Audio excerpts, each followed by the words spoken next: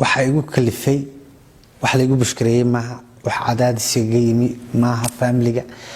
waa wax dar ilaahay aan goostay inaan iska daayo oo ku faraxsan mid kale waxa igu dhacday qisadan mar hore inaan joojiyaan doonayay 15kii marka mar walba xasaasarku ka go sanad hadhowdeed dib ugu laaban ma sha Allah marka dar ilaahay bay iiga timi ma sha Allah taasoo doonaysid dad ka baxay oo ku soo noqday baa jira waxa ma sha Allah fanka dadka waxa jira ku jira iyo dad aan ku jirno tuunsan oo gartay oo ku tuhmaya dunin laga helo kale haye fanka maxaa hanti ah oo laga dhaxlaa fanka waxa laga dhaxlaa magac ma sha Allah lacagtiisuna waa taburcad badeed oo kale oo iyada koonaysa isoo saar oo ibixi wax meel wax laga dhigto ma jirto fanka magac baa laga dhaxlaa insha Allah waxa jirta kulli marka fanka baxaysay aad gabag tashatay dadkii isku mihnad hay'ad u bandhigtay la wadaagtay sidee bay arkeen bay kala saaray horta markii ugu horeysay way ogeed xaaska oo sheegay mar labaadka hooyo aad u jeclayd inaan ka baxo fanka أنا بسلام ديري أنا أدو شعلهاي يشور دياشو وشعلهاين دينا مرة على ويري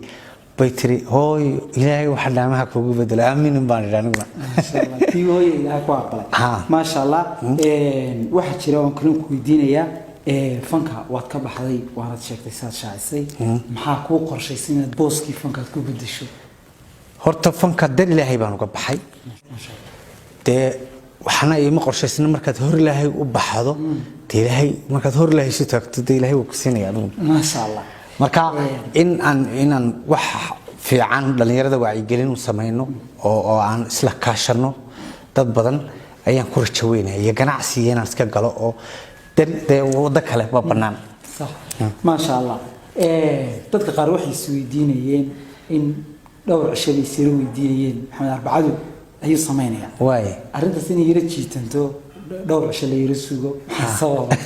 hala buurood naadsantahay su'aalaha caawa way fiican ma sha Allah waxa sababay dam bad xaamxaamanaysayo oo khasabde anigu mar hore iga soo gooday laakiin dadka jawigooda iyo taageerayaasha iyo xulbaan eegaya marka taageerayaasha meel kasta joogan Soomaali umada Soomaaliyeed asiya sharaf ku noolada meel kasta joogtaan fankayga jeclaa waxaan leeyahay isoo raacada heegaarne xaqan isoo raaca khayr kalena insha Allah hay waa hagaag hadalkaaga ugu dambeeyay weeye dadkii aad isku mihnadahay fanaaniinta ahaa isku mihnadahay marfanka wada bilowdeen iyo taageerayaashaadaba hadalka ugu dambeeyay ku soo gudbinaysa leedahay waad sii faraysaa ma sha Allah horta waxaan oranayaa laburow caafimaadku waa raacisi sharaf meel kasta joogtaan umada Soomaaliyeed dadkii aan isku shaqada ahayn fanaantu waa dad qalbi fiican waa dad ilaahay basiyo hal abuur leh laakiin xaga khayrka oo soo bata hibadina khayr ku bedel baan oran lahaa taageerayaasheedii waxaan oranayaa isoo raaca hayga harinay wadadana runtii tan isoo raacan Allah ma sha Allah aad baad u mahadsan tahay umada muslimka meel kasta joogtana waxaan leeyahay asiya sharaf ku noolaada ma sha Allah ما شاء الله